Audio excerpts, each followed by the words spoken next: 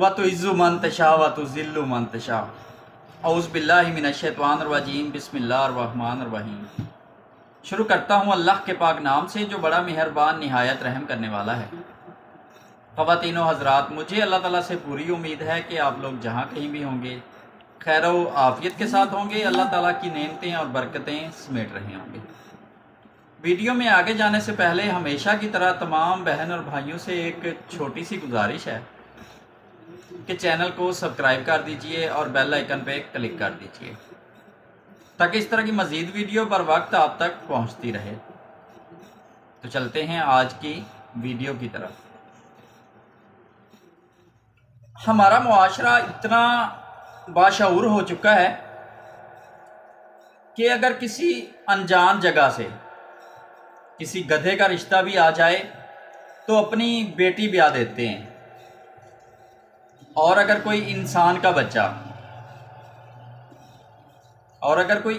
کا بچہ پسندیدگی کی وجہ سے ان کی بیٹی کو ہم سفر بنانا چاہے تو پھر وہ ماں باپ ہر صورت میں گدھے کو ہی ترجیح دیتے ہیں، انسان کے بچے کو نہیں، کیونکہ وہ ان کی بیٹی کو پسند کرتا ہے۔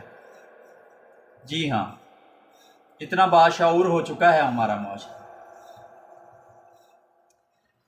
عورت رو کر دل کا غبار ہلکا کر لیتی ہے اور مرد اپنے اندر جذب کر کے نفسیاتی مریض بن جاتا ہے۔ اس جملے نے آدھے مرد نفسیاتی مریض کر دیے ہیں۔ پتہ ہے کون سے جملے نے؟ کہ مرد روتا ہوا اچھا نہیں لگتا۔ سفر کے مٹی سے لے کر مٹی تک کے سفر کے درمیان جو وقت ہے وہ مہلت ہے اور وہی زندگی ہے۔ سب کہنے کی باتیں ہیں، یہاں پر کوئی کسی کا دکھ نہیں سمجھتا سوائے اللہ تعالیٰ کے۔ اور پھر بہترین دنوں کے لیے برے دنوں سے لڑنا پڑتا ہے۔